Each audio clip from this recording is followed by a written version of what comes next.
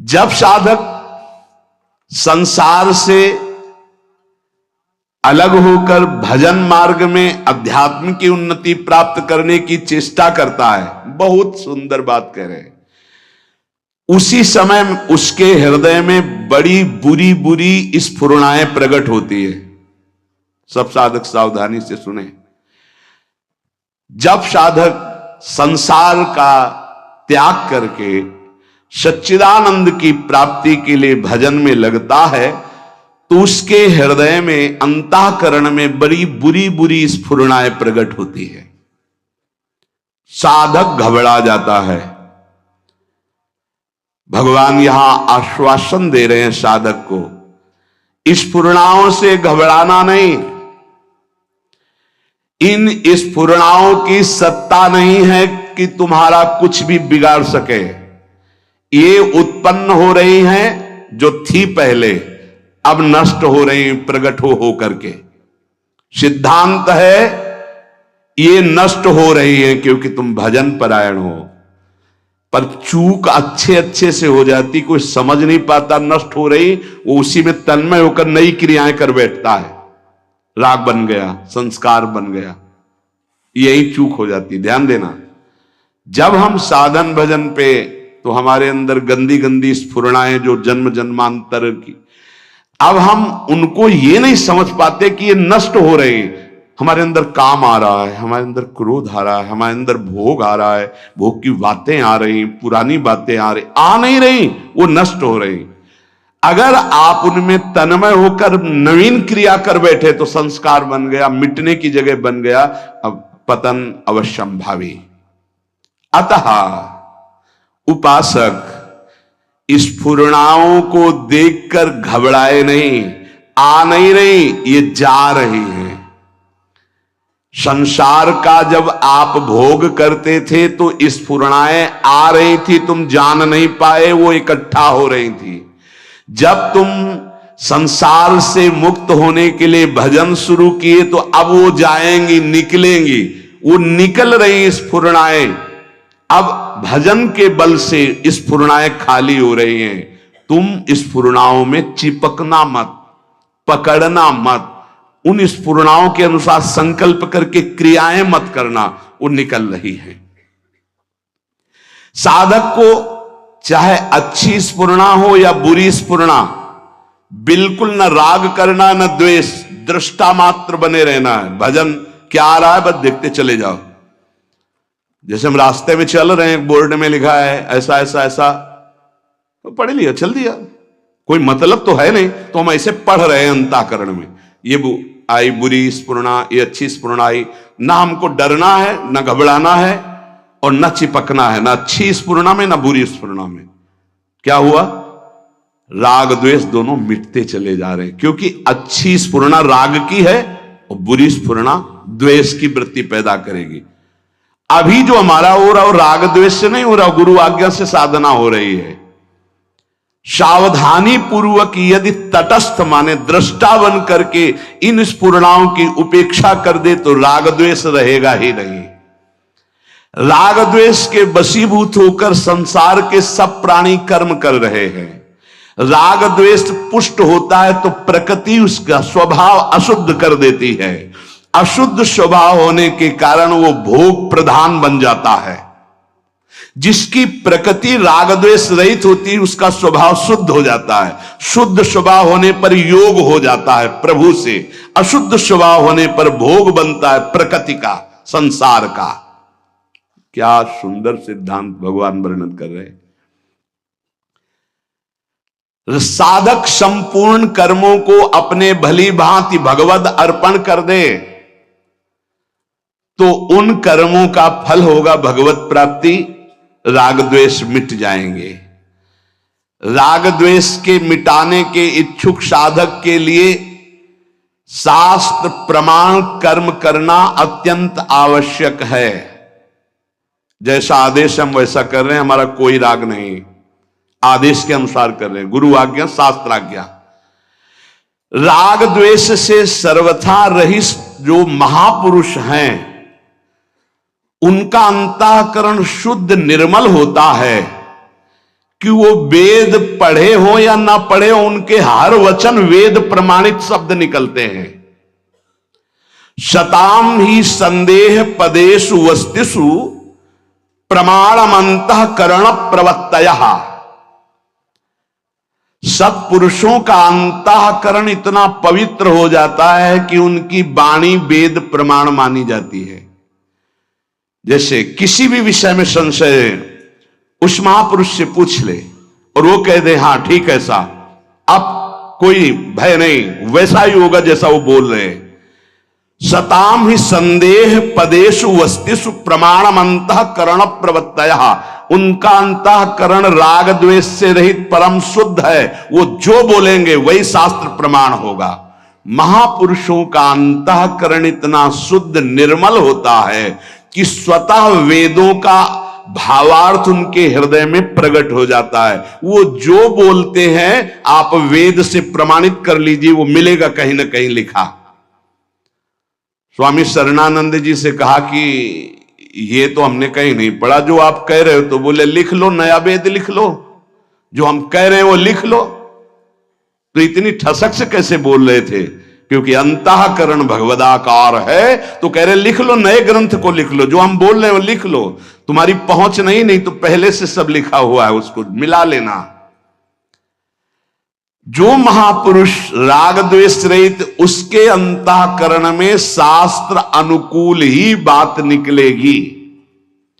राग द्वेष का सर्वथा अभाव होने के लिए जो साधक राग द्वेष मिटाना चाहता है उसे किसी महापुरुष का आश्रय लेना पड़ेगा। क्योंकि शास्त्र को हम नहीं समझते कि हमारे लिए कब कहां कैसी आज्ञा है। वो महापुरुष ठीक वही आज्ञा करेंगे जिससे हमारा मंगल होगा। जब हम किसी महापुरुष का आश्रय लेते हैं, उनकी आज्ञा के अनुसार हम साधन व्यवहार सब करते हैं, तो हमारा स्वभाव शुद्ध हो जाता है, स्वभाव शुद्ध हो जाता है। यही कारण है कि ऐसे महापुरुष के आचरणों से जगत का मंगल होता है और ऐसे महापुरुष आदर्श माने जाते हैं जिनका हृदय शुद्ध हो गया, राग द्वेष रहित। ये राग द्वेष उत्तरोत्तर बढ़ने नहीं चाहिए, कम होने चाहिए, देखते जाओ। और जिससे द्वेष हो जाए तो हमने अपने अंतःकरण में गुरु प्रताप से उसकी निवृत्ति का उपाय एक ही पाया है, उसमें भगवत भाव करके प्रणाम कर लेना, बार बार प्रणाम। उसकी याद जब आवे, हृदय जले तो प्रणाम कर लो, वो सामने आवे तो प्रणाम कर लो, तो द्वेष मिट जाएगा। जैसे हम किसी से द्वेष नहीं करते पर बार बार हमसे द्वेष कर रहा है, तो हमको लगने लगता है कि हमसे द्वेष क्यों कर रहा है, तो हमारे अंदर भी द्वेष जागृत हो जाता है। अब उससे बचने के लिए अगर उपाय नहीं किया तो द्वेष पक्का हो जाएगा। द्वेष पक्का हो जाएगा तो उसकी निंदा होने लगेगी, उससे झगड़ा होने लगेगा, उसकी बुराइयां शुरू, कूड़ा करकट हो गया, सब उपासना में कूड़ा करकट हो जाए। पहला कार्य, जहां देखे हे पतित पावन प्रभु, मैं आपको समझ नहीं पा रहा, प्रभु आपको प्रणाम है, आपकी ये द्वेष लीला हम नहीं समझ पाए, नाथ आप ही हो, बच जाओगे पक्का। जब कहीं ऐसा हुआ है तो पतितानां पावनेभ्यो वैष्णवेभ्यो नमो नमः। हे प्रभु आपको मैं नहीं समझ पा रहा, आप नाथ बचाओ, आपकी इस द्वेष लीला में मैं न फंस पाऊं। पक्का निकल गए, पक्का। तुम्हारे हृदय से द्वेष चला जाएगा तो उसके हृदय में जो हरि जाने। आपके हृदय में राग द्वेष नहीं होना चाहिए। उपासक दूसरों को सुख पहुंचाने की जब लालसा कर लेता है तो बहुत जल्दी हृदय उसका राग द्वेष से रहित होता है। दूसरों को सुख पहुंचाए, पर किसी से मांग के नहीं, चंदा बटोर के नहीं। यहां मना कर रहे हैं, मेरे द्वारा लोगों का कल्याण सुख हो, इसके बदले में मुझे रुपया एकत्रित करना है, भोग सामग्री मांग के एकत्रित करना है, यह सेवा नहीं होती। इसे सेवा नहीं कहते, ये वासना की पूर्ति कही जाती है। ध्यान दीजिएगा, दूसरों को सुख पहुंचाने से बहुत जल्दी राग द्वेष मिटता है, जिसे सेवा कहते हैं। पर सेवा दूसरों से मांग करके भोग सामग्री एकत्रित करके अपनी मान बढ़ाई पुष्ट करना होता है, सेवा नहीं होती। कारण कि वो सुख भोग करना चाहता। मैंने सर्दियों में कपड़े बांटे, तुमने क्या बांटे? तुमने क्या बांटे? तुमने क्या सेवा की?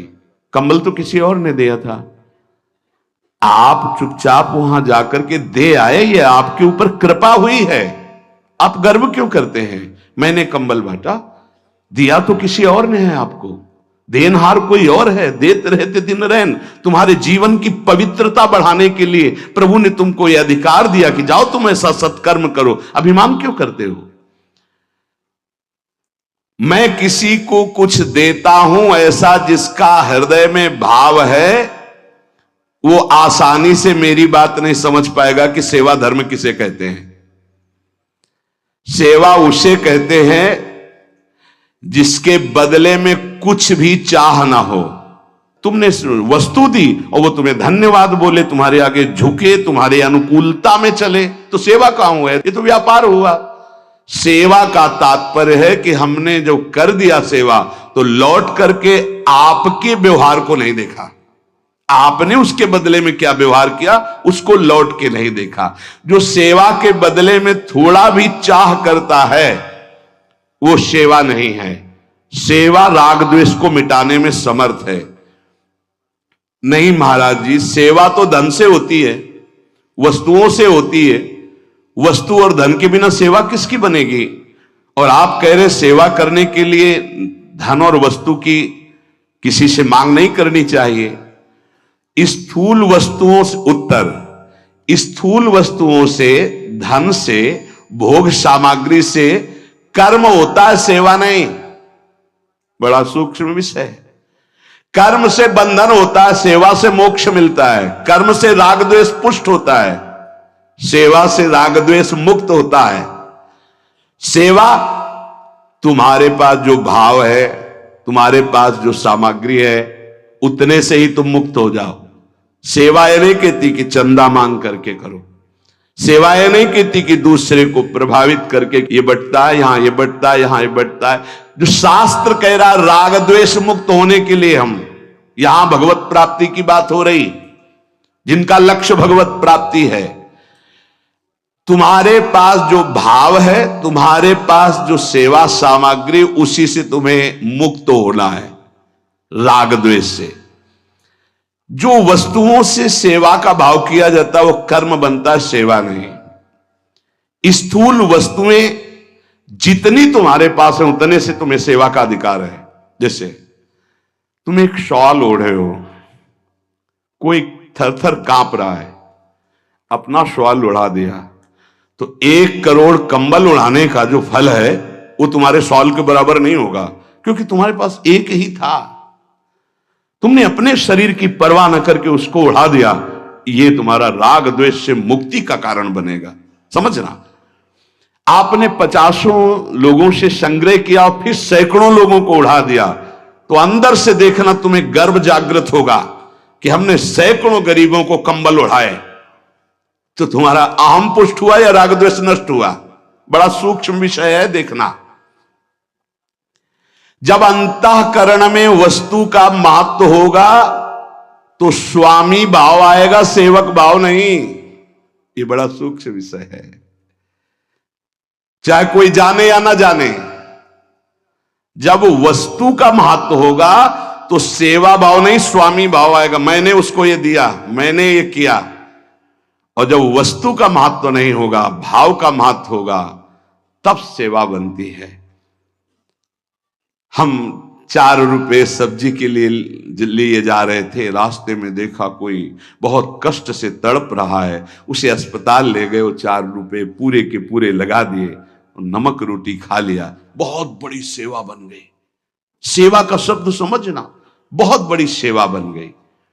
जो हमारे पास है उसी से हमें खोजना नहीं है। जब कभी ऐसी सेवा का अवसर मिल जाए तो हम उसको करें, जितना हमारे पास। इसके आगे भगवान जाने, हमें मांगने की जरूरत नहीं, सहयोग की जरूरत नहीं।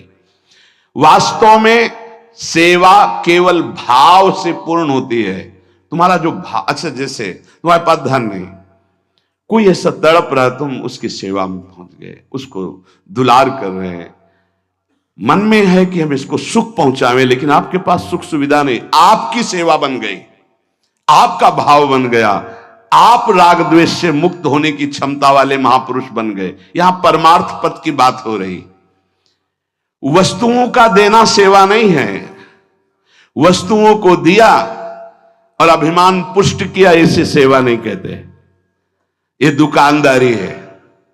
सेवा का भाव होता है, भाव के साथ जो कुछ तुम्हारी वस्तु है उसको ये मान के, तो दियम वस्तु गोविंदम तुभ्यमेव समर्पय, हे प्रभु आपने दी थी, इस रूप में आकर आपने स्वीकार कर ली, धन्य है प्रभु आपकी बड़ी कृपा, अहम नहीं आया, राग द्वेष मुक्त हुआ। सच्चे सेवक की वृत्ति नाशवान वस्तुओं में जाती ही नहीं है। अंतःकरण में वस्तुओं का महत्व मिटाने के लिए सेवा समर्थ है। जिसकी धरोहर थी उसको दे दिया, ऐसा भला कभी आता है दान देने में? वो कर्म बना, कर्म शुभ कर्म पुण्य बन सकता है, सेवा नहीं। सेवा मेरे राधा वल्लभ लाल आप इस रूप में आपने दिया और आपने लिया नाथ, ये तो आपकी मंगलमयी लीला, आपकी वस्तु आपको समर्पित, ये भाव सेवा। स्वाभाविक अगर आप इस सेवा रहस्य को जान जाएंगे तो राग द्वेष से मुक्त हो जाएंगे। सेवा ही परम धर्म है। हृष्य परिपंथिनों, अय परमार्थ के पथिक, इन राग द्वेष लुटेरों से अपनी साधना संपत्ति को बचा लो। राग और द्वेष रूपी लुटेरों से, किसी के शरीर से राग हो जाएगा तो काम पैदा हो जाएगा, किसी के शरीर से द्वेष हो जाएगा तो क्रोध पैदा हो जाएगा, और काम और क्रोध दोनों तुम्हारे भजन को छीन ले जाएंगे, चुरा ले जाएंगे। हर समय खाली हो जाती है जेब, ध्यान रखना। जहां आप गुस्सा किए या काम क्रीड़ा किए, काम भोग किए, तो तुम्हारी थैली खाली की खाली फिर शुरू। लूट ले गए, परिपंथिनों लुटेरे हैं, तभी तो आध्यात्मिक उन्नति नहीं होती। साधक इन लुटेरों की तरफ देख नहीं पाता, इसलिए आध्यात्मिक उन्नति नहीं होती। यही कारण है कि साधना बहुत वर्षों तक करने पर भी उसे अध्यात्म अनुभव नहीं होता। प्रायः साधकों की शिकायत लगी रहती है कि मुझे तो कुछ आनंद का अनुभव नहीं हुआ। उसका कारण है तुम्हारे साधन भजन को ये लुटेरे लूट रहे हैं। कौन? राग और द्वेष, काम, क्रोध, ये लूट रहे हैं। देखो, साधना में मन लगे या न लगे, साधना फल दे के रहती है। बड़ा सूक्ष्म विषय वर्णन है। साधकों को रहता है मेरा मन नहीं लगता, तुम चिंता मत करो, तुम राधा राधा बोल रहे हो, मन लगे ना लगे इसका निश्चित फल है। पर यदि तुम राग और द्वेष पूर्वक व्यवहार कर रहे हो, जैसे नाम भी जप रहे हो और भ्रष्टाचार भी है, पराई माता बहनों से व्यभिचार भी है, क्रोध भी कर रहे हो, द्वेष भी कर रहे हो, गंदी आदतें भी कर रहे हो, इसके बाद तुम्हारे हाथ में अभी कुछ स्टॉक नहीं आएगा परमार्थ का, भजन का, साधन का। खोखले बने रहोगे और ऐसे कितने वर्ष व्यतीत हो जाएंगे, फिर आप शिकायत करोगे कि हमें इतने वर्ष हो गए नाम जप करते, कोई लाभ नहीं मिला, क्योंकि चोरों से अपनी गठरी चुरवाते रहे आप। हम मन की एकाग्रता को ज्यादा महत्व नहीं देते, हम देते हैं राग और द्वेष पर महत्व। ये राग द्वेष, माना हम 10 बार नाम लिया तो 10 बार तो सुरक्षित है, हम 1000 बार लिया वो हमारी पूरी जेब काट ले गया, क्या बचा? राग द्वेष, काम, क्रोध, ये जेब कटुआ है, ठग हैं, ये लूट रहे हैं, परिपंथिनों। ये ऐसे ठग हैं कि इनसे हाथ मिला के जेब कटवाई जाती है। भजन की जेब कोई जबरदस्ती नहीं काट सकता है, ध्यान रखना। इनको इतनी कलाएं आती हैं कि हम इनको छाती से लगाएंगे, आओ दोस्त, और जो ही छाती से लगे जो ही काटे, फिर जलन किया, कुछ अनुभव ही नहीं हो रहा है, क्योंकि बार बार भ्रष्ट माने गिर जाना, बार बार पतित हो जाना, बार बार ये काम, क्रोध, बार बार राग द्वेष हमको नष्ट करते रहते हैं। उपासक इसीलिए कहा गया कि जिनका राग द्वेष रहित शुद्ध अंतःकरण है, ऐसे महापुरुषों के अनुशासन में चले। राग द्वेष की स्फुरणा हो तो डरो मत, पर उन दोनों के अनुसार क्रियाएं मत करो। स्फुरणा में साधक पतित होने लगता है कि स्फुरणा आई, अब तो क्या होगा, अब जैसा मन कह रहा वैसा करना पड़ेगा, नहीं करेंगे तो जलेंगे, फिर वैसा कर बैठता है। ये परिपंथिनो, राग द्वेष स्वतः नष्ट होने वाले हैं, तुम चुप रहो। इनकी अंदर स्फुरणा हुई, ये हाहाकार मचा रहे हैं, मचाने दो, तुम राधा राधा राधा राधा राधा, ये नष्ट हो जाएंगे। साधक उनकी इतनी सत्ता दे देता है, उनको इतना महत्व दे देता है, उनका इतना आदर करने लगता है कि वो नष्ट होने के बजाय साधक को नष्ट कर देते हैं। काम क्रोध साधक को नष्ट कर, इनकी सत्ता नहीं, स्फुरित होता है, होने दो, किसी से बोलो मत, कहो मत, चिड़चिड़ापन मत लाओ, जलो मत, गंभीर। कोई पूछे कैसे हो, बहुत अच्छे, कृपा है, नहीं कोई शारीरिक मानसिक परेशानी नहीं, श्री जी की कृपा से कोई परेशानी नहीं। अंदर तुम्हारे विकार वो सब भस्म हो जाएंगे, मत बोलो किसी से। रहीमन मन की मन व्यथा, मन में रखिए गोय, ये सुन इठले हैं लोग सब, बांट न ले है कोई, उनकी सत्ता होती। राग द्वेष स्वतः नष्ट होने वाले हैं, ये ज्यादा देर टिकेंगे नहीं, फुलझरिया की तरह अपना चमत्कार दिखाएंगे, नष्ट हो जाएंगे। साधक इनकी सत्ता दे देता है, इनका आदर करता है, इनका महत्व करता है, और वो साधक को नष्ट कर देते हैं। अगर तुम इनका आदर ना दो, इनका महत्व ना दो, इनकी तरफ मत देखो, ये अपने आप नष्ट हो जाएंगे।